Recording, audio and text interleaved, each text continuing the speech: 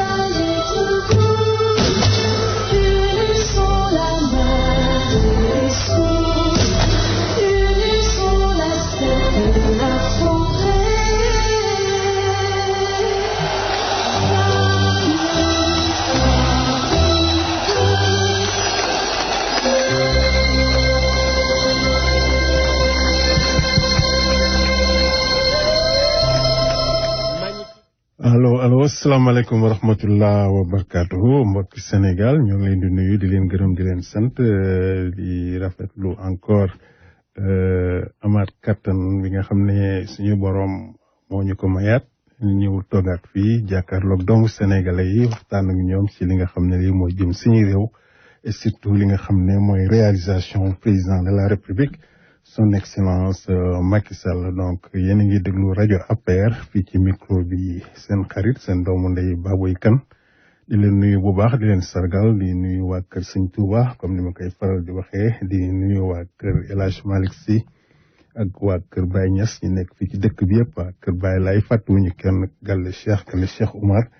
gàlle diine yi nekk fii yëpp ñu ngi leen di nuyu kenn ku nekk ci yéen turam ak santam jaar nañ ci. di nuyu aussi suñu partisans yi di nuyu surtout aussi suñu opposition bi nga xam ne aussi ñu ngi toog di bàyyi xel ci li ñuy wax donc ñëpp daal ñu ngi leen di nuyu bu baax a baax di leen sargal di remercier jotaay bi. alors ku bëgg déglu rajo bi mën nga def 712 777 77 42 wala 641 552 87 62 loolu boo ko defee incha allah dañuy jàpp wala nga dem ci website bu rëy boobu ñuy wax sunu Afrique rajo ku dem suñu Afrique rajo incha allah da nga dégluwaat émission bi bandiraɓe on calminama on jurama micro e Amadou Moudi Diallo ine andira kadi Baboy Kane ine ari ɗo hannde kadi yidde yewtidde moon eko feewi laamorgo wuro men hono Sénégal yidde addude kabaruji ganduɗa ko toon gummi yidde yewtidde moon kadi wossodirde moon e miijoji donc salminde woni juurade on salminde aussi galle gawol hono hay goto min jejjirani toon hono Bassirou Ndiaye min calmini ɗum min juurimama ɗum kanko woni capitaine d'équipe 6 men min mbayri nande mo no feewi noon yaato aɗa selli min mbayri nande mo kono musiki hannde kam mami nani Cheikh Thioune on calminama Hamadou Nianguen hay goto moon Alsane Nianguen hay goto min jejjirani debbo Cilagne daga Wendu koyla ole no madi a salminama juurama Malick Diaw min jejjirani ono Seydou Bousso en onon fof min gandi oɗon jooɗi oɗon paadi min e kadi Mamadou Kobor min calmini min juurima donc ndeɗo yewtere noon addani en ɗum ko Baobab restaurant Baobab gonɗo toon to Harlem gonɗo toon to Brooklyn hakkude Nostrand e Bedford ko ganduɗa ko Lassana Tambadian woni manager général o woni directeur président restaurant o donc kanko e hoore makko tigi o mon toon ɗeɗo balɗe fof ko pour tan yidde arde toon safodirde moon e vraiment andinde on restaurant o ko ɗon jeeyi sababu o waɗa toon donc kala ko jiɗɗon e kasitari nan toon hay sinno ko kasitari kam anda hen ko tekkundi e wonno ñalawma sac ɓolo darata donc ina yiiɗa kala jahowo kala dawowo haadema dawde ndewa ɗon wonno mo jogui ko tekki hay soko hoore jawdi jiɗɗa hasirade sa ari ma fewnan ɗum ha fewa nan toon kala ko jiɗɗon kasitari nan toon alors hirande aussi kala ko jiɗɗon hirande nan toon donc ko Lassana Tambadian Baobab restaurant Baobab Brooklyn Baobab number 2 no mbirɗa ɗum fof ko toon kala ko jiɗɗon gadde toon hoɓɓe moon gadde toon sukaɓe moon gadde toon kala mo jiɗɗon vraiment on kersata tene kadi so Allah jaaɓi restaurant o ni waɗi joni kam wiyetake climatisation mais chauffage timmuɗo nan toon te kadi ne waɗi wifi so tawi aɗa yiiɗi wadde connecté toon ne kadi sa ari connexion mo jiɗɗa fof nan toon donc gaare to restaurant o noon ala badana ɗum so wona onon te kadi saha e saha fof kadi bandiraɓe rewɓe so nunki so dañde softede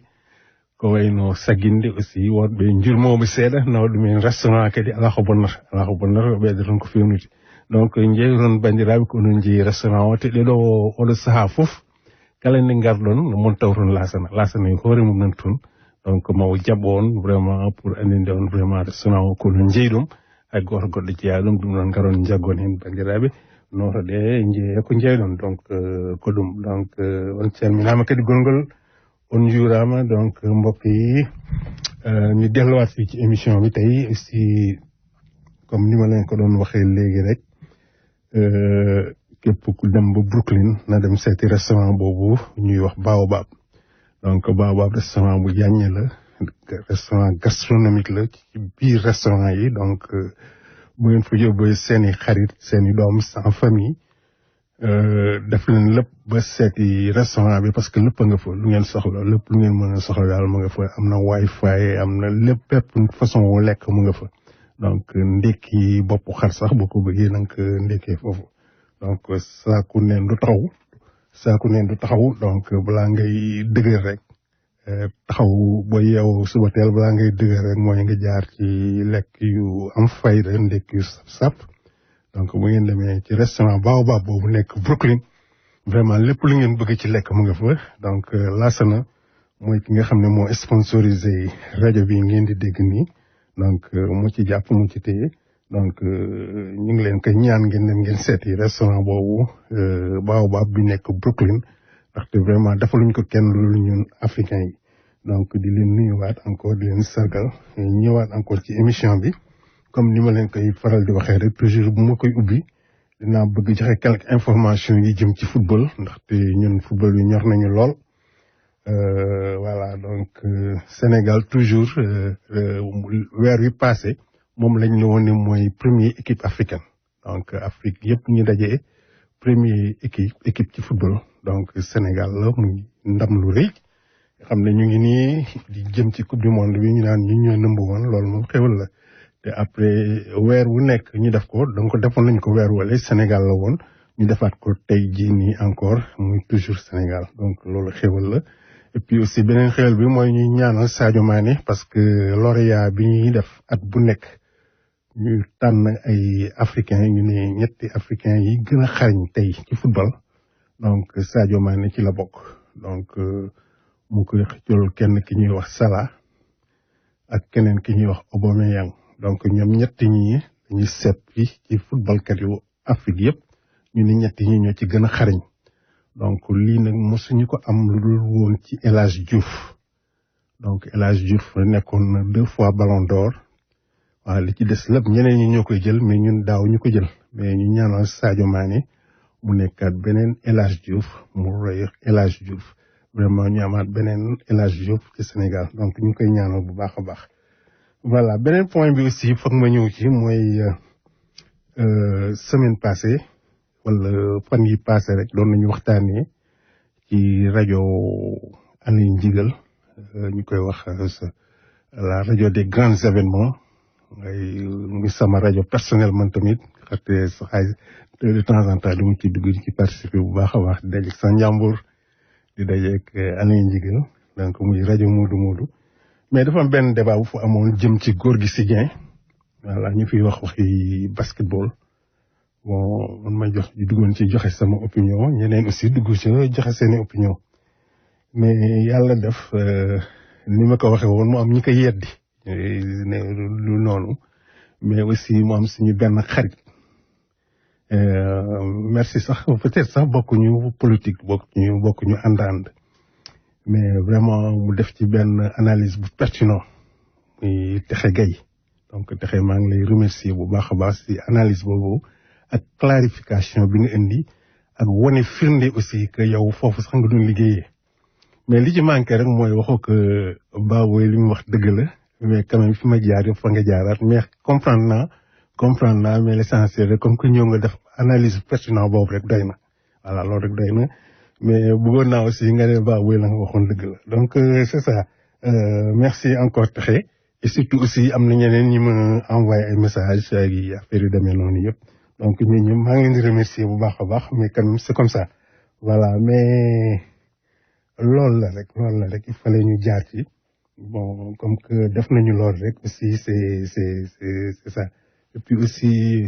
ñëw ci beneen xibaar bi nga xam ne sama mbokk Haalpulaar yi bandiraɓe haaloɓe Pulaar yinnode yettinde tan duwaw e kadi banndiraaɗo cankiiɗo hono banndiraaɓe ndenndorinaɓe fof donc Aliou Ngaydo woni président association Pulaar Speaking ɗo e États-Unis d'Amérique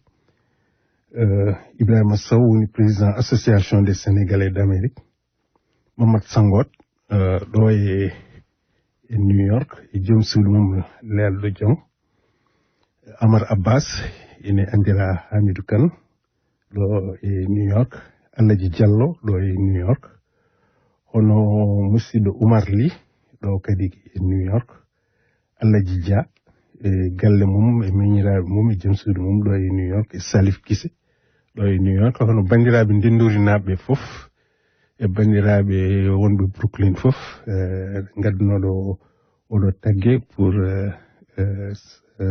banndiraaɗo biyeteɗo Demba Diallo ene sanki ɗeɗo balɗe hecciyanki ɗo e New York donc sikkini ko hannde o juuleteno en jettino duwaw eɗen nelda ɗum banndiraaɓe ndenndorinaɓe wonɓe ɗo ɓe fof e kala biyo mbimi e wimami e banndiraaɓe Pulaar Speaking naaɓe fof vraiment yallah hanno ɗo worade yallah yurmomo yaafomo yo Allah wattumo to wanno nulaaɗo yallah waddumo e malaɓe donc ɗum ɗon woni aduna ko mamuñe donc en calmini en juurima bon aussi guddi gi mbokk yi comme ni ma ko waxee woon léegi rek guddi gi tey danaa leen defal benn surprise bu rëy mais maa ngi ñëwaat léegi incha allah bon voilà merci يا ذا الجلال ويا ذا الجلال ويا ذا المعالي عليك اتكالي يا ذا الجلال ويا ذا الجمال ويا ذا المعالي عليك اتكالي الله في الموت وخلف الناي هيا الملوك وتكيتي خل روك لاس لبنها شبيك النخ لمك ماو وصوف القلب يسكرك ماما لما يا ذا الجلال ويا ذا الجمال ويا ذا المعالي عليك اتكالي الله أرى أصبحا كفك يمنام ويصدق جبل تقي ودقر ولكن بلجيك دولار ربنا بريجري يا ذا الجلال ويا ذا الجمال ويا ذا المعالي عليك اتكالي الله طريق التوحيد وخفف النخ وزادي الحديد ودبيت خل روك لاس وعندي شبير كنا النخ لمك ماو وكيف نسكرك ماما تبع يا ذا الجلال ويا ذا الجمال ويا ذا المعالي عليك اتكالي waaw gars yi nuyuwaat leen bu baax a baax donc am na ku may woo déjà ma xool voilà donc sans tarder am na sama xarit bu nekk ci ligne bi salaamaaleykum. waaleykum salaam wa rahmatulah. kooku Soyibou Dieng la Soyibou man la Baboy maa ngi la nuyu bu baax a baax te xam naa ne temps yi yëpp yéen a ngi ci ay événements yu rëy. jëmale ko ci communauté bi te yow yaay chargé social bi nga xam ne bu association des Sénégalais d'Amérique. donc xam naa ne bu mu la dugalee fii léegi am na lu bari loo war a mën a wax communauté bi ci tàng-tàng ji léegi la moo xewoon tey ci comment s'appelle place bi comment s'appelle Black National Theatre voilà bismillah. voilà c'est ça Baba ginnaaw maa ngi lay nuyu bu baax di la remercier vraiment ci opportunité bi. merci. waaw dellu si waat rek vraiment di yëgal communauté bi que liñ doon annoncé fii temps yi yëpp. muy partenariat bu bees bi nga xamante ne l'association des Sénégalais d'Amérique. ci njiitu Pape Ibrahima Sow. ak le consulat général. du Sénégal à New York ci njiitu son excellence El Hadji Amadou Ndaga Ndaw dañ fi amal benn collaboration bu am solo xam nga association des Sénégalais d'Amérique 3e édition du forum sur l'investissement des Sénégalais d'Amérique dañ ko doon organiser ànd ko ak ñoom. Alors cette fois-ci nag ñu associé sur la direction générale des Sénégalais de l'extérieur. te son excellence ambassadeur Souri Kaba jiite ko. tey jii ci National Black Theatre ci suba def nañ ouverture officielle bi ubbi nañ ko officiellement. le président de l'association des Sénégalais d'Amérique comme ni ma la ko waxee ak le consul général. tatagal nañu vraiment délégation yu jóge Sénégal muy délégation yu am solo. monsieur Souri Kaba ubbi na ko officiellement. def nañ fay intervention yu am solo parce que ay kilifa yu bari ñoo fi ñëw société yu bari privé bi kenn desul. vraiment ñu mel ne ay ñoom docteur Malick Diop xam nga affaire AGOA bi lu am solo la. muy produit yi nga xamante ne Sénégal dañ ko bëgg a commencer di ko indi fii di ko jaay fii ci Amérique. te nga xamante ne du am benn taxe mu toll ci ay 6,000 et quelques produits. dañu gis ne vraiment ci yeneen pays yëpp dafay dox bu baax a baax produit Sénégal yi di fa dem fii Amérique nag ñu gis ne vraiment mën nañ gën a yokk suñu loxo daal. ñu ñëwoon na pour wan ñu yoon wi ak jàppale yi nga xamante ne Sénégal yi mën nañ ci jaar. pour mën a indi produit fii ci Amérique ci loo xamante ne du am benn jafe-jafe du am taxe du am dara parce que lu ñu signé la avec le gouvernement américain. ak yeneen panel am na yeneen maire yi fi ñëw waa FONGIP yi ñëw nañ fi aussi wax sénégalais yi nga xamante ne ni ñu bu ñu soxlaa pour investir au pays. li nga xamante ne possibilité yi nga xamante ne sous le gouvernement du président Macky Sall.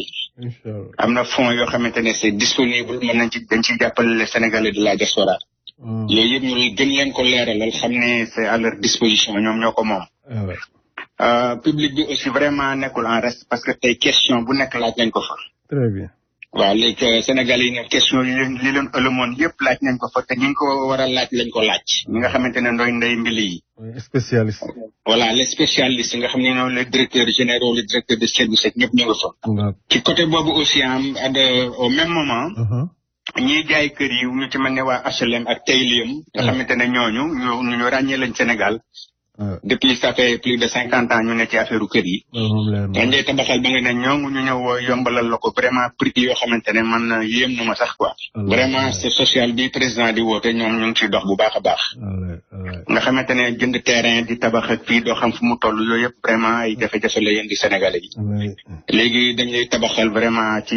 njëg gu yomb jox la sa caabi nga dugal tuuti moom yore sa kër di fay. macha allah. boo matalee jël si caabi dem sa yoon loolu aussi ay yu baax a baax la ak yeneen opportunité yu bëree bëri. macha allah maa fekk jot a xew tey bu subaa incha allah nañ continuer ci kii boobu suba 9h samedi bi. incha allah directeur général port autonome ci boppam ñëw na fi. monsieur Bey. waaw nuyonte nañ public bi sànq. moom dina fa def intervention bu am solo xam nga conteneurs yi Sénégal yi moom daanaka dañ ci yëngu lu bari. très bien très bien. gis nañ ne cher na te war na ci indi ay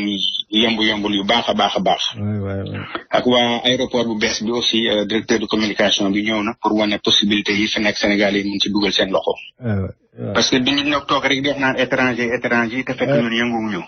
jeex na. voilà c'est ça léegi yooyu yëpp nag bu subaa incha allah dañ ko continuer. continuer di jaay kër yi ak tout Sénégal yi ñu ngi leen di invité ñu ñëw parce que ñoom ñoo ko moom. ñoo bu ñu déplacé jóge ba Sénégal indi leen produit c'est pour ñoom ñoo ko moom. waaw añ amoon na ni faa leen yeeg ñoom kilifa gi ne ñoom defaru nañ bu baax a baax a baax. léegi nag. suba ci guddi nag dafa am lu leen lu spécial lu am. suba ci guddi waaw. waaw suba ci guddi incha allah dañu am benn dîner gala benn reer boo xamante ne dañ ko jagleel communauté bi. nga xamante ne dafay free baabooy dafay free ba pare xam nga lu ci dàqati mooy. sooy bu yaa ngi tooy sama mbokk séeréer yi de. yow yaa ngi yàq seen liggéey de. orchestre la ñu indil. groupe yi xam nga kenn du ko des. Aliou Dissé la ngeen indil. waaw te kenn du fay. bu lekk naan ba doyal diglu sa orchestre. waaw loolu moo xew. 2 heures du matin kooku moom la consulat ak association des Sénégalais. ak la direction générale de l'extérieur vraiment jagleel Sénégalais yi. pour ñu ñëw nekk fa en beauté incha allah rabi dina neex dina kii daal de suba daal incha allah 9h. incha allah ba 2h du matin moom accéléré li ñu accélère quoi incha allah. très bien très bien. lu am solo Baboy vraiment c'était formidable today. yéen ñëpp kontaan nañu quoi. gëm naa ne ñëpp danañ ñëw incha allah. waaw incha allah rabi waaw parce que c'est pour nous quoi ñun ñoo ko moom. possibilité yaa ngi fi quoi gisal naa ko sama bopp vraiment y avait tout le monde. ñoom taxe ñooñu doon wax ak tey ak ñoom y avait pas vraiment tout y avait la société civile les partis politiques ñoom ñëpp nga fa woon quoi vraiment c'est très bon. absolument noonu la war a demee même appel yi ñuy def nii nekk fi di critiquer naan defuñu fa dara ak waxuñu fa dara. te yi seeni borom jóge ba Sénégal ñëw bu fii indi leen xéwal yëpp teg ngeen wax ci teg seen bët mais toujours nekk foofu naan defuñu fi dara loolu en tout cas rafet njort baax na aussi quoi nga dem nga ci sa bët et puis le Sénégal mu ngay bouger quoi Sénégal yi ngi bouger ba pare bon wax dëgg yàlla dañuy wax rek mais mbir mi léegi foofu la ne quoi xam nga boo ñëwee ba déglu leen rek di nga xam ne possibilité yaa ngi fa te étranger yi aussi fu la fayda rek la ñu am parce que ñoom dañu wër àdduna bi rek fu mbir mi ne ñu daw fa absolument waaw léegi nag loolu rek mooy affaire bi ñun nag duñu toog kenn duñu jéem a ëpp fayda fu la fayda suñu réew la ñoo moom produit gars yi dañ jël ci produit bi ñëw jaay fii ci américain yi comme fii lañ nekk ba pare te ñoom soxla nañ suñuy produit waaw wax nañu mango yeeg ay bisaab ak bu yëpp mu nekk lu waaye nekk mën nga cee vraiment bay sa waar daal def ci lu am ci koom-koom ba lëgët ci biir incha allah mu jëriñ ñu nekk merci bien Baboy amul benn problème Seydou vraiment content na jërëjëf voilà merci beaucoup merci Seydou ok bien des choses ba merci voilà merci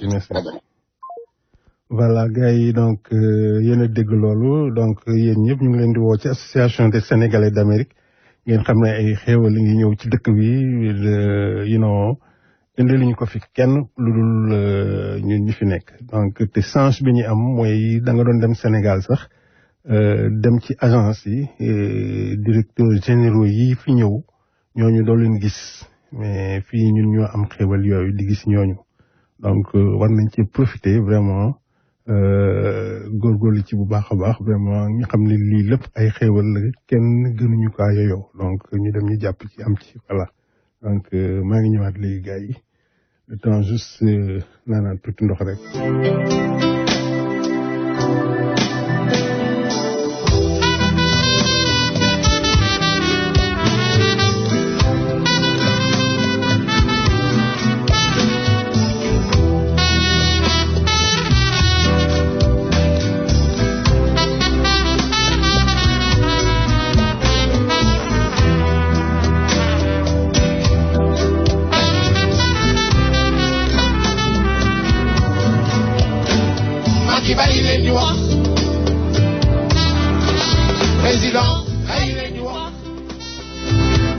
Bassirou Deme nga ñu la dégg trop Bassirou Deme bàyyi APR yaa moom loolu. président bàyyi leen ñu wax nañu bu leen xaalis bàyyi leen ñu waxati nañu dañoo bëgg a xam moo tax ñuy wax bul tontu dañuy xam ba am lu ñu wax.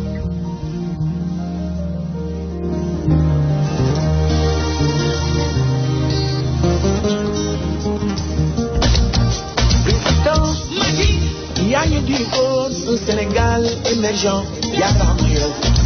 ñu ne ci yoonu émergence. kooku mooy Pape Diouf gars yi Pape Diouf la de. yéen a ngi ko fi soog a déggee si. émergence gàcce ngalaam yow maa ngi ci yoonu émergence. Ousseynou Konté xam naa li moom boo ko déggee tey moom seet. lii moo gën a neex di yow président. avocat Macky kii la ñuy wax Pape Diouf. ñu ne yàggal ni aat bi ndaxte ne gaal bi foog na ne dootuñu ma téye otoraay. mais nag gars yi man tey dama kontaan quoi le fait que man bu may ñëw ci studio bi day fekk sama xol sedd guy parce que si bés ma yeewoo rek bu ma xoolee partout au Sénégal wala ma xool sax réalisation président de la République. daf may gën a jox ñu jàppale pour gën a jàppale président de la République parce que li may gis rek la ma xaaroon ci moom loolu laay gis toujours. donc mu am benn affaire bi nga xam ne aussi il faut ma wax ko parce que morceau bi moom du ma ko bàyyee nii rek am na ñi nga xam ne dama leen ko may te guddi gi sax ñoom laa ko tuddee mooy Ndeye Fall Jules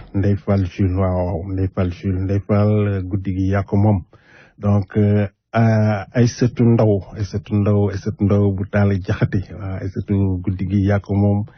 Khady Gueye Abdou Khadre yéen ñett ñi yéen a moom guddi gi te lenn dama leen koy wax sama xol nag laa ko jëlee dama leen di woo ngeen ñëw jàppal si président Macky Sall oui parce que yéen ay jigéen yu mu leen mënoon tagg sax wallaay nu mu leen mënoon taggee naa nekk tey seen géwél parce que dama leen xam ci communauté bi ba mu doy. yàlla defoon nag semaine passée mu am fu ma demoon daje fa ak Ndeye Fall Jules daje fa ak Aïssatou Ndaw te ñii dañu doon ay soxna yi nga xam ne dama leen xamoon bien avant la politique mais xam nga politique day yàq lu bari day tas lu bari voilà mais ay jigéen ñu baax a ngi nii ñu taxawal seen communauté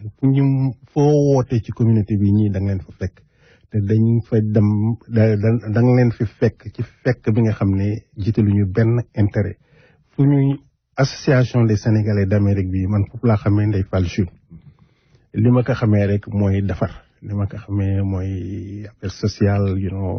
jàpp ci d'une manière que vraiment pour defar la mais benn intérêt kenn fayu ko dara yëkkatiwu ko lu dul ñëw jàppale communauté bi donc ku mel noonu man am na li tax ma koy woo mu ñëw jàppale président de la République parce que boo ko gisee ni muy jàppale Ablaye Wade dem ci ba jeex lépp la ko jaral. waaw parce que noonu la day aussi ci communauté bi dayee ko feneen Astou Ndaw bii may wax nii aussi ci communauté bi laa ko xamee fii ci Harlem te li ma xam ci moom mooy li ma xam ci Ndeye Fall Jules bi donc bi mu nekkee ci association bi ba mu nekkee ci association bi lépp la doon def joxewu à 100% donc affaire xale yi man samay doom benn yoon lañ fa ñëwoon mu may leen cadeau yu bare mais at bi bu ñëwaatee sama doom yi la ñuy bind date boobu ci calendrier naan baba ñoo ma koy fàttali ne man date bi ñëw nag est-ce que association des Sénégalais dañ defar li ñu defoon man leen ko man awma temps dem foofu mais naa leen yóbbu déposer leen bu ñu ñëwaatee kër ga indaale ay cadeau yu bari donc et puis aussi sans compter affaire mammogramme yi mu fi defal soxna yi ay lépp li nga xam ne daal li nga xam ne affaire yu jigéen la mu def na ko fii ci communauté bi ñu teg suñuy bët. Khady Gueye Abdou Khadre aussi c'est la même chose man jigéen bi fi jëkk a ñëw ci association fii ci dëkk bi taxaw ne man soxla naa association des Sénégalais d'Amérique man naw ko ci gis ko ci xërëm waaw xër ci d'une manière que vraiment man maa ngi taxawoon fa ma taxaw ba ma ko gisee ni ndaw si man naka laa koy jàppale donc tu vois donc ñii ñëpp man xamoon naa leen bien avant la politique bi donc lu ñu gëm dañ ciy dem ba jeex loolu tax na man maa ngi leen di woo Ndeye Fall Chul waaw xam naa je comprends mais yaag Astou Ndaw yëpp te Astou maa ngi koy ñaanal ba kaan boobu mu yore yàlla na ko yàlla tegg ci kawam indil ko jàmm indil ko dëggalal tànk yi vraiment macha allah ba mu jóg comme tout le monde dem doxi soxlaam Khady Gueye Abdou Khadre yéen ñëpp ñu ngi leen di woo ci APR en tout cas ubbi nañu bunt yi parce que saxaar si léegi tàkk na voilà saxaar si nag bu mu dem bàyyi ñu ñun ñëpp sénégalais lañu li ñu doon wut rek mooy kuy defar suñu réew mais xam naa tey ko gis le président son excellence Macky Sall li muy def ci dëkk bi li ngeen di gis ay inauguration li ngeen di gis ay innovation li nga xam ne kenn sañul woon def loolu fii ci continent bi am loolu lay Macky Sall def lépp lu mu defar nii tey c'est la première fois ñu def loolu ci continent bi TER bi ngeen di gis à part Afrique du Sud nga xam ne réewu tubaab la bu ma neexee wax loolu à part Nigéria ñu ëpp essence ëpp ñu pétrole ëpp ñu alal ëpp ñu lépp amuñu ko aéroport bi ñu yore tey kenn amu ko foofu bu ngeen seetee aussi ndox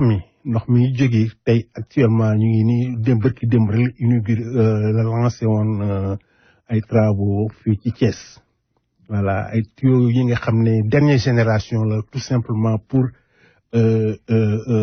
satisfaire ndox mi nga war a dugg ci côté diggante Thiès jëm Louga jëm Dakar ak yooyu donc sans compter que yeneen lépp son excellence nga koy def te defal ko kenn defal ko boppam lu président de la République donc loolu tax ma woo leen pour ngeen ñëw ñu ànd ci te encore une fois Pape Diouf baa ngi nii donc yéen ñëpp ci ngeen bokk donc maa ngi leen koy may donc voilà gars yi maa ngi ñëw de voilà donc je reviens sur sama Pape Diouf réer na ma mais nag foog ma jëli ko dugalaat ko léegi incha allah. yaa ñu di woon un Sénégal émergent yaa tax ma yow ñu ngi ci yoonu émergent président da nga ñëw di woon un Sénégal émergent gàcce nga laam yow maa ngi ci yoonu émergent kotoraay bi nga tàmbali moo gën a neex di yow président Sénégal émergent carte la ñu ne yaa jëli aat bi ndax Sénégal bi foogoon nañ ne dootuñu ma tëyee otoraay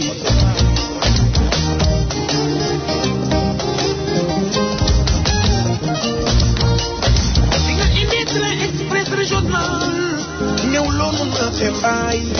da nga jël bi mu ci gën a baax di gën a gaaw di gën a yaatu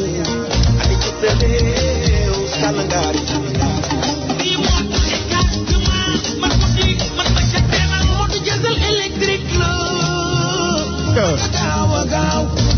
yow ko ci liggéey lu xëyee rëy doo ko yëg ngir nga war nga daane waxtu néew jëf bari lool yow président lii la réew mi laaj ay wax tuuti yëf lu bari lool sàll ngaar yi man nga njiitu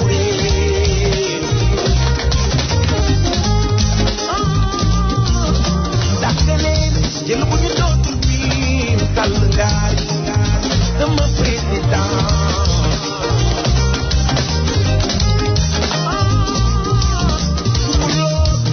ali daal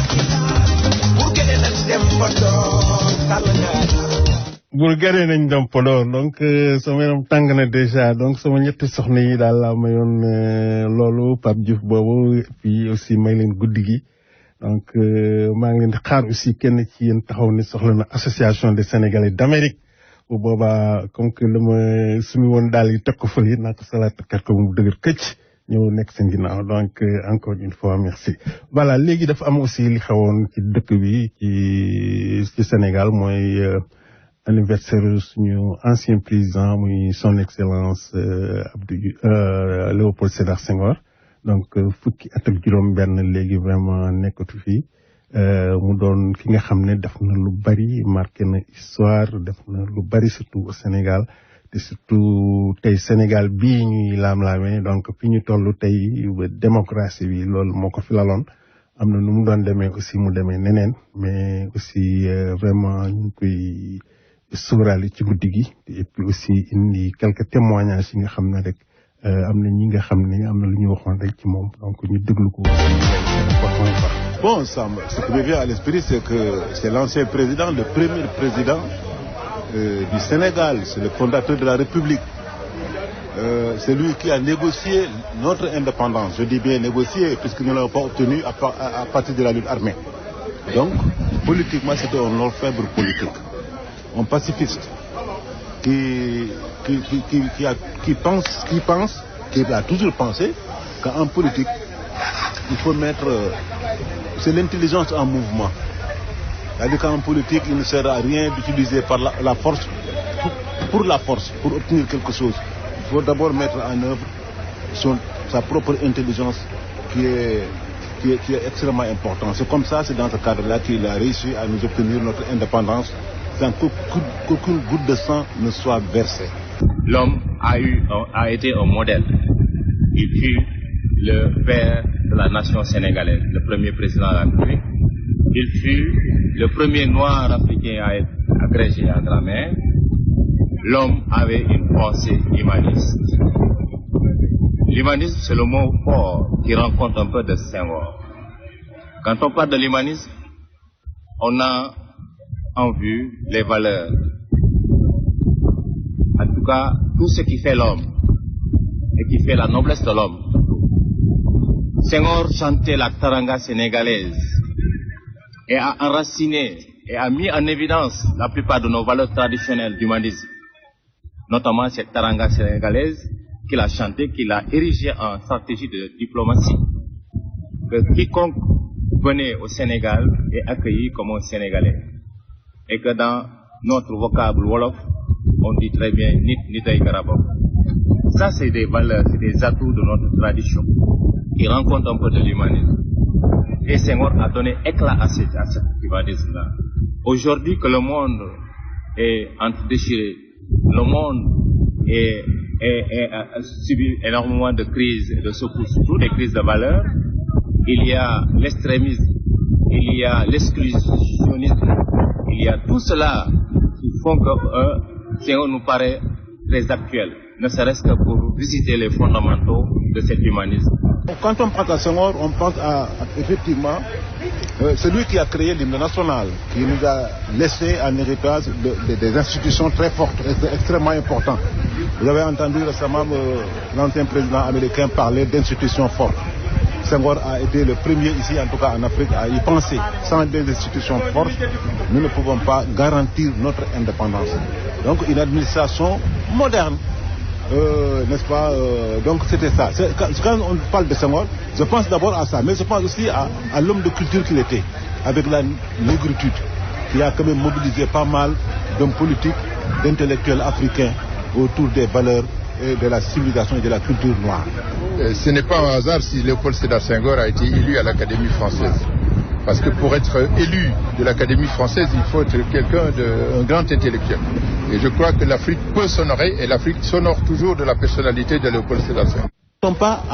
Nous ne sommes pas en 2017, nous sommes en 1960. Il y avait des partis uniques partout en Afrique. C'est des partis qui ont amené le pays à l'indépendance. C'était inévitable. Mais Senghor, qui était très souple, avait déjà prévu l'arrivée du multipartisme, je vous l'ai dit. Il a commencé par un multipartisme limité, avec un parti conservateur, un parti libéral, en l'occurrence avec Abdoulaye Wade, et un parti marxiste. Et il n'aimait pas le marxisme, mais pour lui, les conditions étaient telles qu'il fallait créé un parti avec lequel d'ailleurs il a eu beaucoup de démêlés politiques. Donc c'était ça. Donc il a pensé à ça. Il savait que c'était incontournable. Comment dirais-je? Il y a une évolution en cours et que tôt ou tard on va aboutir au multipartisme. Mais étape par étape. C'était ça. Étape par étape. Donc nous sommes en 2017, Senghor est toujours là. Senghor nous a... Mais grâce à sa souplesse politique, il a réussi à s'entendre avec tous les chefs religieux de ce pays. C'est quand même quelque chose d'extraordinaire. Le Sénégal est un pays extraordinaire. On chrétien. Quand j'étais en Occident, mes amis, mes camarades de promotion avaient du mal à l'imaginer. Comment un chrétien peut-il être à la tête d'un pays composé de 95% de musulmans? C'était quelque chose d'extraordinaire. Mais aussi, il y a ça, il y a aussi sa culture sérère qui l'a beaucoup aidé. Le Pulaar quand même, le Peul constitue un maillon extrêmement important dans ce pays. Tout le monde, toutes les autres ethnies sont apparentées au Peul pratiquement. Bon, Senghor a su jouer cette parenté de plaisanterie, de cousinage entre le Sérère et le Fouta. Il n'a jamais fait un discours politique au Fouta. Quand il vient au Fouta, en période de campagne électorale, qu'est-ce qu'il dit? On a le Matibam. Et puis tout était fini, tout le monde était content. C'était extraordinaire.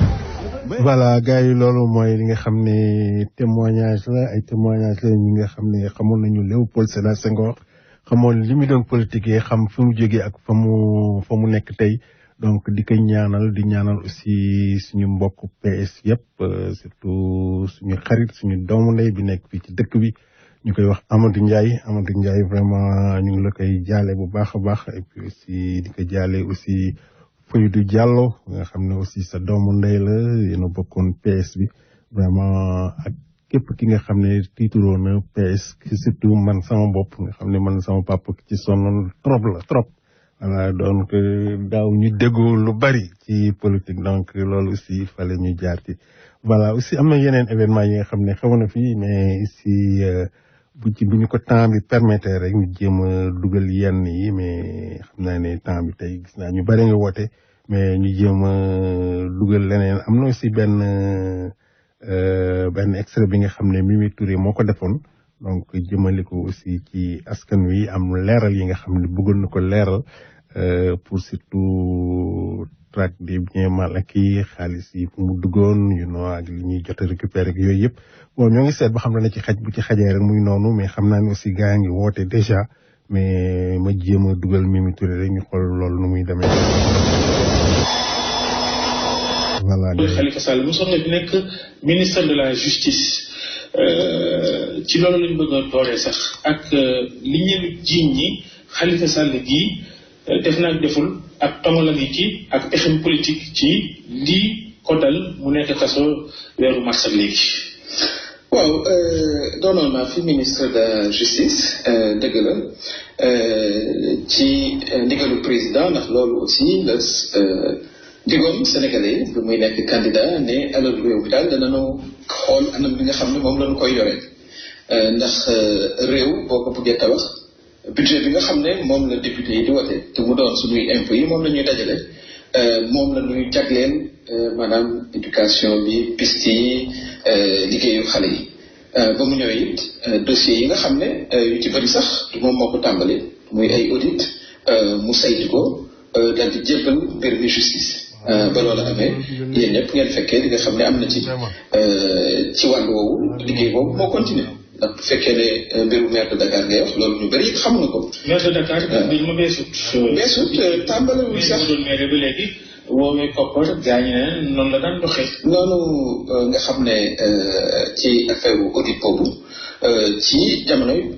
Abdoulaye Wade la commencé woon président Abdoulaye Wade la commencé woon ba dal di continuer ba yegg si fii mairie nag aussi xaalis bi dañu war a xam mooy xaalisu budget la mairie budget national bi nga xam ne mooy dem pêche wala mooy dem éducation mooy dem ci mairie bi bu ko defee nañuy yore kopparu muy ministère muy direction noonu la ñu war a yore kopparu mairie aussi. xam nga yow chaque fois ne mbir ni mu ko doxale moom wàllum caisse d'avance ni mu ko doxale ña ko fa jiitu maire yi Dakar muy Pape Diop wala moom Diop ñoom ñëpp noonu la leen mos ko doxee te dara fekk la ci kon la moo waral moom ñu singale ko ci mel ni dañ ko ci singale ci mbir mi caisse d'avance bu koy changement moo am xam nga 2012 Sénégalais yi dañu jàpp ne dañoo war a changer ni réew mi dox ñu indi président Macky Sall boo nee changement nag changement ci doxalin la ci wàllu sax saytu bi ma fàttali ne président Macky Sall maire la woon ca Fatick daanaka saytu nañ ko ñeenti yoon ba ñeenti yoon bu ci nekkit ñu ne ko gisuñu dara ci li ngay liggéey ba mu newee opposant wax ne moom dafa bëgg a doon président de la république woo nañ ko ci dig ci bu ngeen fàttali ko ci ay affaire xaalis ou blanchiment ba ngoon nga jotee dañ ko bàyyi mu dem ndax nit ki boo fekkee ne kenn mënu laa topp ci dara kenn du la topp waaye nag aussi bu ñu la saytoo nga gis la voilà mais waaw mais justice la saytu moom bu ñu la laajee say kayit rek na nga ko joxe mooy li am solo et puis bu fekkee ne lépp leer na jarul aussi ay fausse facture maanaam ay GIE yu def café ñu jox leen ceeb ak yu mel noonu man daanaka sax ci affaire dossier justice commandé parce que dama ko def principe loolu ci kanamu tribunal ba foofu lañu koy leerale bu ko defee juge dal di décider Khalifa Sall bu safaanoo wutu woon ak yéen ànd ak yéen di def li Macky Sall bëgg lëkkaloog moom li yëpp du am de ma ngeen may ma rek foofu ma insister ku mel ni Cheikh Bamba Dièye doon maire Saint-Louis gaw ma ne Macky Sall la ànd opposant saytu nañ ko kenn téyewu ko ndax amul leen lu ñu seet te mairie ku mel ni Lamine Thiam ne ca Kébémer dafa gaw ma ne PDS la nekk newul APR newul benn bokk yaakaar saytu nañ ko kenn téyewu ko kon loolu it lu ñuy leeral lay war di dafay war di leer te loolu nag li nga xam ne moom moo am Sénégal booy seet mu ngi ci dëkk yëpp boo demee lu mel ni France dégg naa sax maire France ba maire Paris ba di ci intervenir mairie Paris ñoo ëpp ay lu ñu leen yóbbu justice ba lu toll ni ak président de la République sax ñu Jacques Chirac ñu téye ko fa gis ngeen candidat boo xam ne bii sax ci digg élection présidentielle ba Fillon moom it yoon topp ko yoon la demee noonu nanu bàyyi rek bu ku jóg rek ñu dénk la xaalis ñu saytu la mu am ci problème ñu woole ci yoon nga ne ko dëgg lañu jiite ay société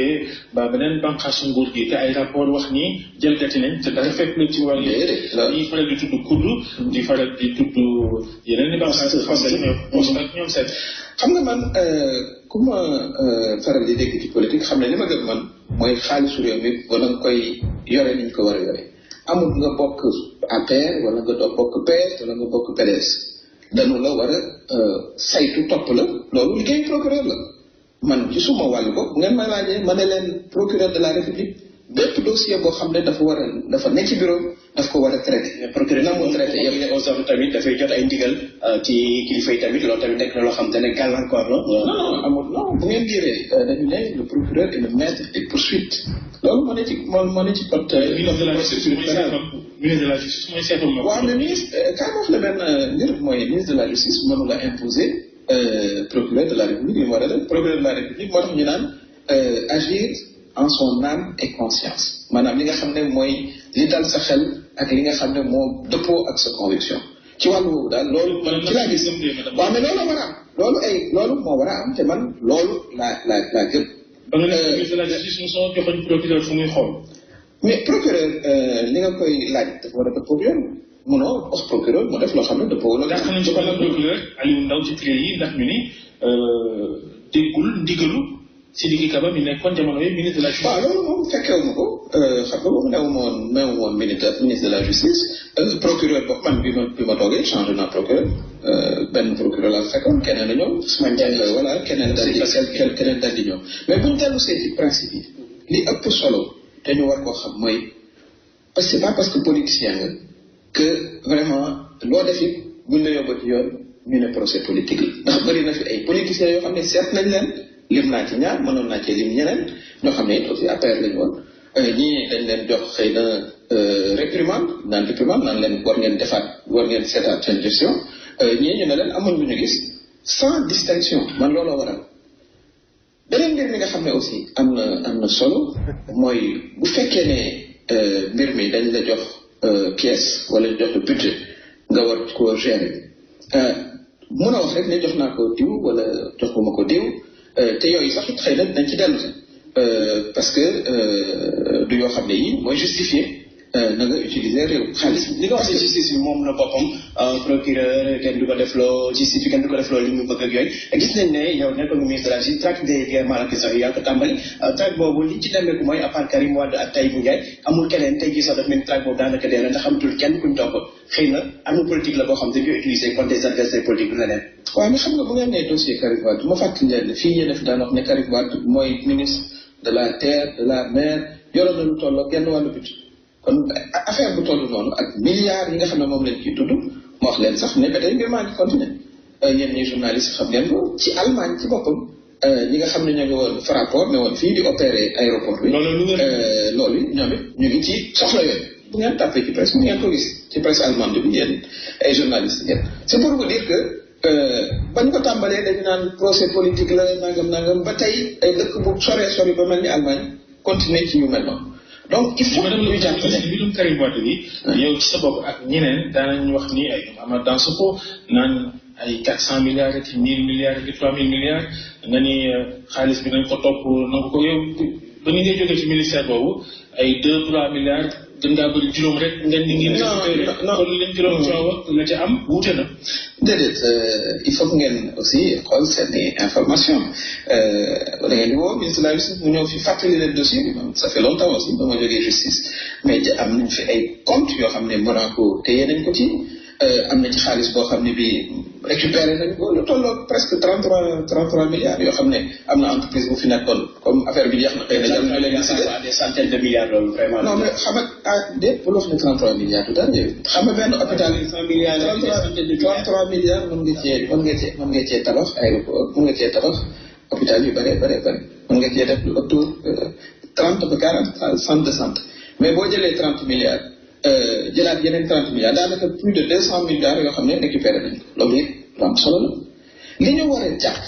te man mu doon loo xam ne c'est essentiel ci suñu réew mooy xaalis public waruñu ko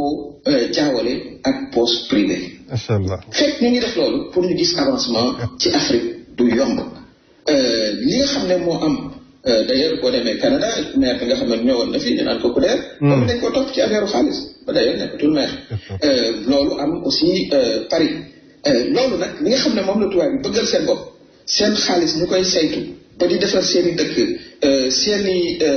citoyen seen i situation di améliorer ñu nit loolu lañu bëgg fii ci Sénégal te loolu it war naa mën a nekk te nag c'est pas parce que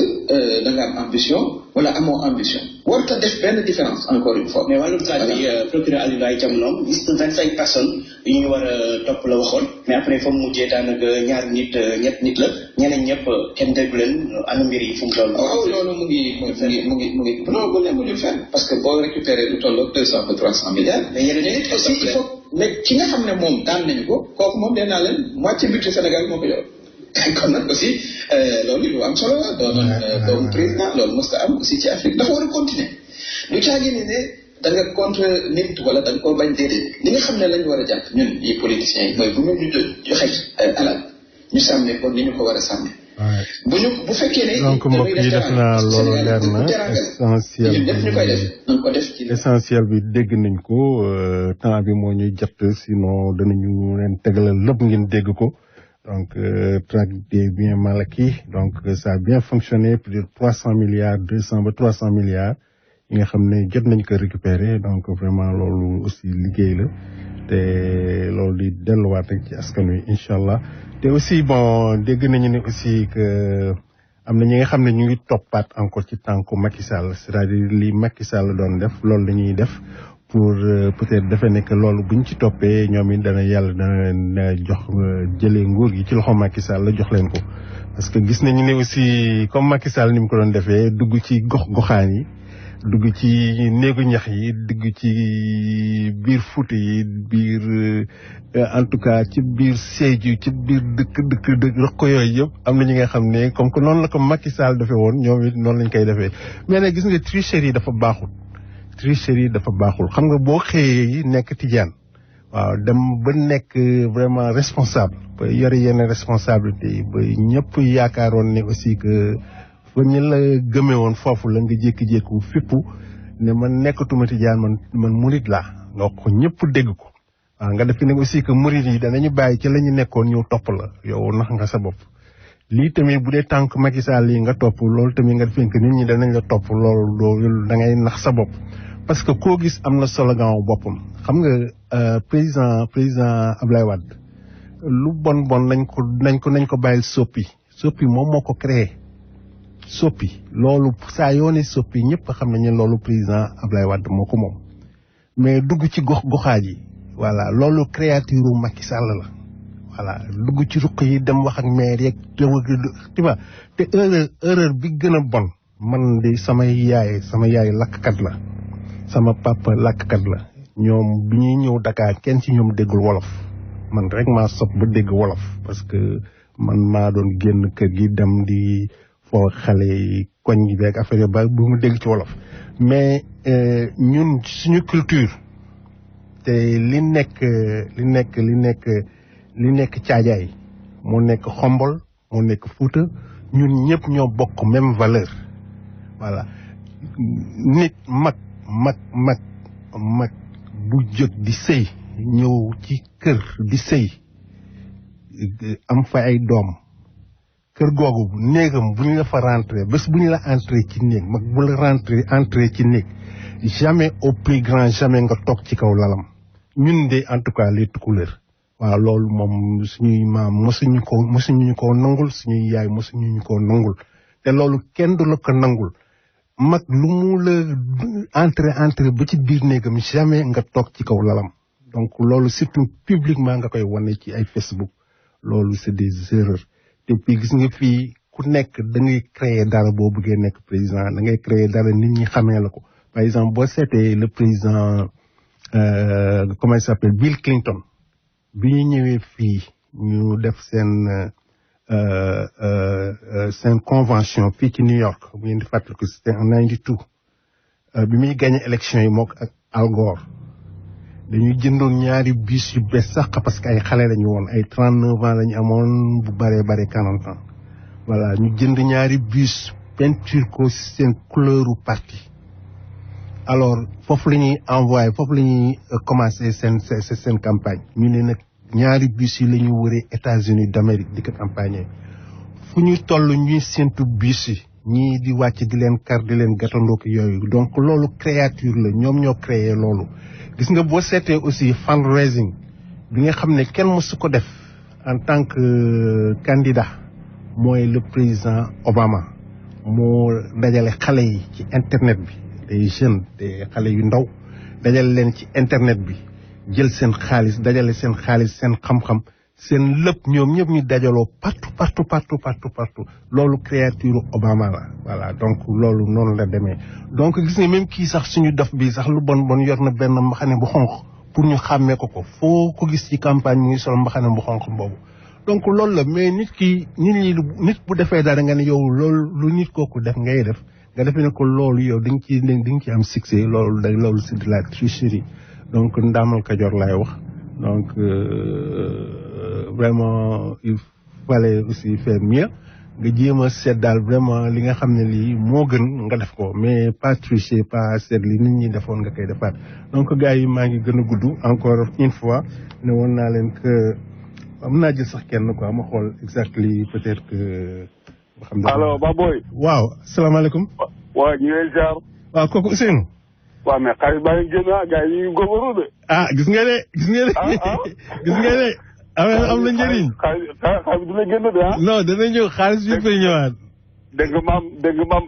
sa waay jàmbar la. walaay xaalis yëpp ay ñëwaat. xaalis dina ñëw xaalis dina génn. non mais am teel a. non lépp ñëw. c'est que fi ñu ko denc rek moo sori.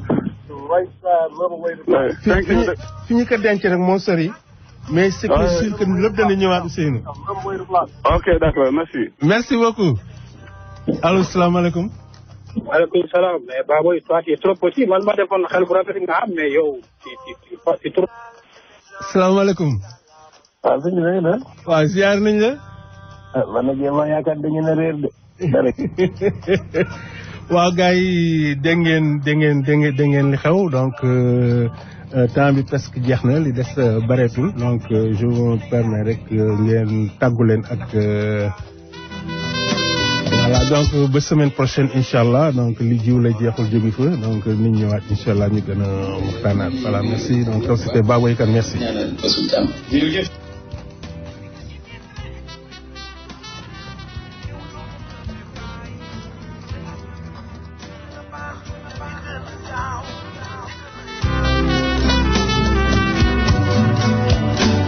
Macky bàyyi leen ñu wax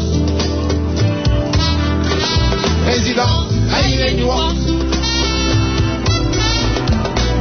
Macky bàyyi leen ñu wax